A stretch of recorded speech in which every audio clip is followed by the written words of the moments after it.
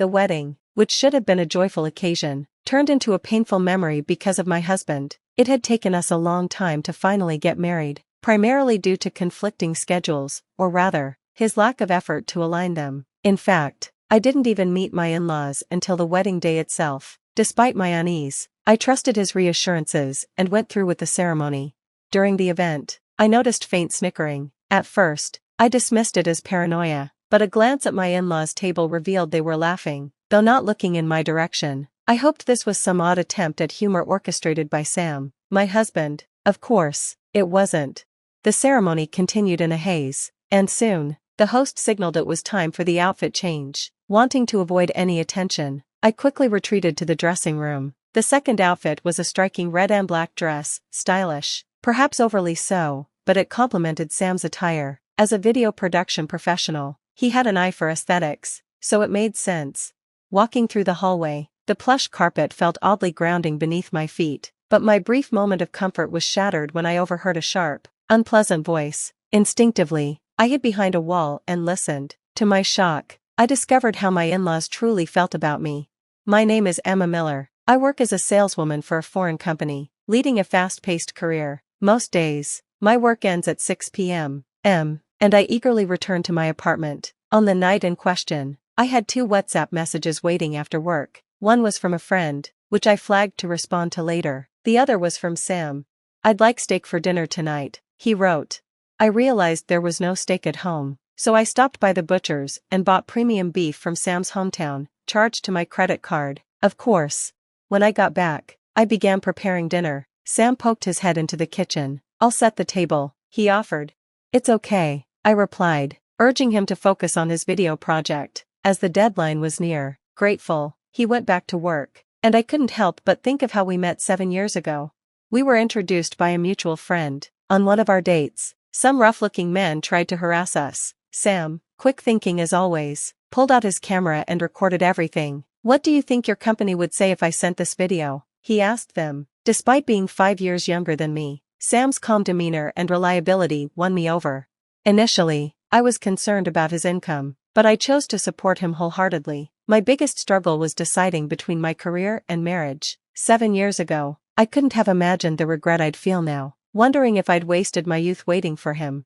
Sam had asked me to wait until his work stabilized before marrying. Outwardly, I agreed, but deep down, I longed for commitment. The loneliness of his absence gnawed at me. I tried chatting with him over WhatsApp, but he often dodged my attempts at deeper conversations.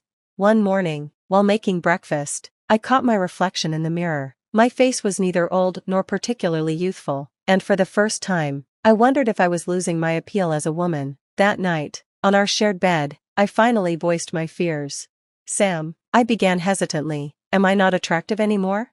He looked at me, surprised. "Of course, you are," he said. "You're responsible, hardworking, and an amazing cook. That's what I love about you." "Then let's get married," I blurted out. Sam paused, then smiled. "Really? You think I'd joke about something like this?" That night, he promised me forever. We set a wedding date almost immediately. Sam insisted on the perfect day, citing the almanac, and brushed off my concerns about logistics. "But my parents can't make it on those dates," I protested.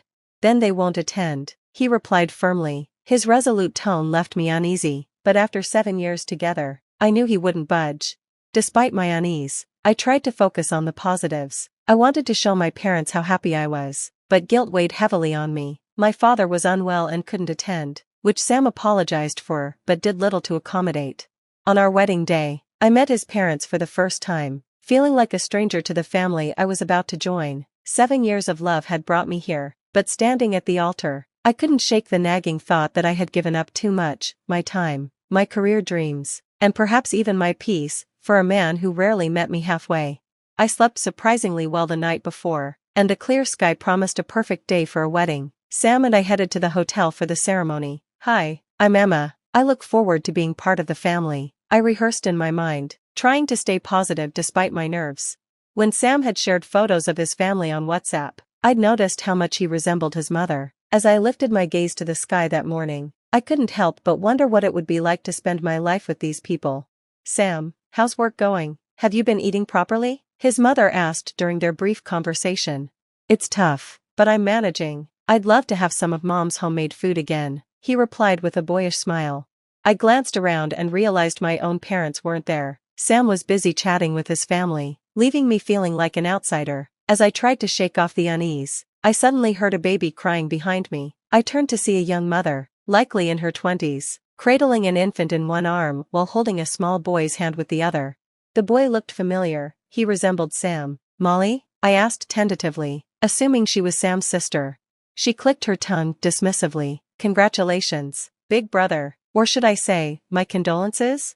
I forced a laugh, unsure how to respond. Her tone felt off, and my unease deepened. As I tried to introduce myself to Sam's family, his mother, Emily, cut me off. "Thanks to Sam, we're having this beautiful reception at such a fancy hotel. It's almost too much." The conversation spiraled, with Molly joking about budgets and the family laughing at inside jokes. I felt a headache forming. Sam was smiling at me, but his gaze was distant, as if I were just another guest at the wedding. The ceremony began, but it felt hollow, without my parents there. I walked down the aisle alone. I heard faint snickers and glanced towards Sam's family. They weren't even looking at me. The day, meant to be joyful, was turning into a nightmare. After the ceremony, I changed into a red and black dress for the reception. It was stylish, perhaps overly so, but it matched Sam's outfit. As I walked down the carpeted hallway toward the venue, I overheard voices. Curious, I paused to listen. "She only married Sam for his money," someone said. "She's spoiled, we'll need to straighten her out," added another voice. I froze, my chest tightening. The voices continued. "She's just putting on a nice act, but we know her true intentions." I couldn't believe what I was hearing. My mind raced as I realized Sam had told his family I was the one reluctant to marry. It explained why they saw me as some kind of villain. Moments later, Sam's family passed by, chatting loudly. "She can do the dishes, at least," Emily said dismissively. "She'll never manage both morning and evening chores," another voice chimed in, laughing. The humiliation was unbearable. The tradition of changing into a new outfit during the wedding, meant to symbolize a bride blending into her new family, felt like a cruel joke. I didn't want to blend into this family. Leaning against the wall, I heard Sam's voice. "What are you guys talking about?" he asked casually. "Oh, just how lucky you are to be marrying such a unique woman," Molly teased. I clenched my fists as they laughed. Even Sam didn't defend me. My last shred of hope vanished. Without thinking, I marched past them, catching Sam's attention. "Hey, wait, what's going on?" he called out. Ignoring him, I went straight to the host. "I need your help," I said, my voice steady despite the turmoil inside. "Can you play this audio file? It's crucial." The host hesitated but eventually connected my phone to the speakers. The room buzzed with whispers as the audio of Sam's family's cruel conversation played. Their laughter, insults, and condescension echoed through the venue. The guests were stunned. Some criticized me for airing the drama, but my friends, colleagues, and superiors defended me fiercely. "Given the circumstances," I announced, my voice steady despite the lump in my throat, "I hereby declare this wedding cancelled." With that, I walked out of the venue in my wedding dress. By the time I returned to the apartment, my phone was flooded with missed calls from Sam. I answered one. "What the hell, Emma? Canceling the wedding? Do you know what you've done? The guests are furious, and everything's ruined." "Well, since I paid for the wedding, I think I have the right to cancel it," I replied coldly. "You're being ridiculous," he shouted. "No, Sam, I was a fool for not seeing your true nature sooner. I, Emma Miller, vow to divorce you." I hung up. Sam didn't call back. That night, I called my mother. "Mom, I just divorced Sam. Can I come home?" Her calm, reassuring voice on the other end brought tears to my eyes. "Of course, sweetheart, come home." I packed only the essentials and drove to my parents' house. They listened patiently as I explained everything, never blaming me or urging me to apologize. A week later, Sam called, but by then, I was already on a new path, one where I chose myself over someone who never did.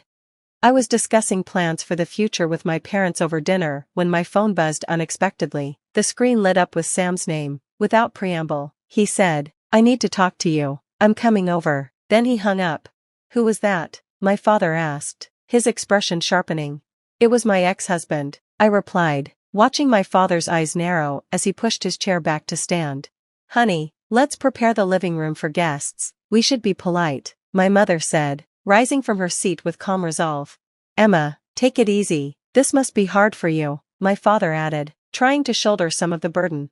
I stood as well. Dad, I'm 35 now, I need to handle this myself, please let me. He regarded me for a moment, then nodded, his stern expression softening. You've grown, I'm proud of you. Minutes later, the doorbell rang. I answered it to find Sam, his parents, and his sister Molly standing awkwardly outside. Their demeanor betrayed both urgency and defensiveness. Please wait in the living room, I said evenly, stepping aside to let them in. My family will join shortly. As they settled, Sam wasted no time launching into accusations. How dare you ruin my wedding, he said, his voice rehearsed but heated. His use of my wedding struck me, but I remained composed. You've made our family a laughingstock. Emily, his mother, chimed in, her words thinly veiled as she attempted to seem reasonable in my parents' presence. Molly added, poor big brother, how's he supposed to remarry with a divorce record? I have a divorce record too, I said calmly, and I was the one who filed for it. Her face reddened, but she said nothing more.